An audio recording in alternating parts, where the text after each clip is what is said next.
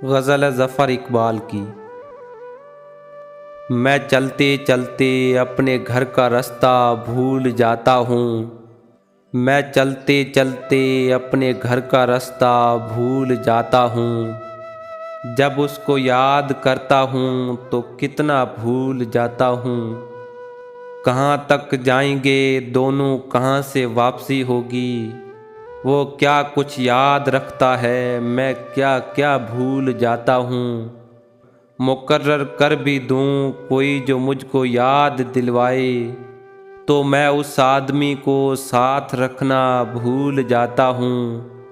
भुला देता हूँ गर वो रोकता है पास आने से, दोबारा रोकता है मैं दोबारा भूल जाता हूँ।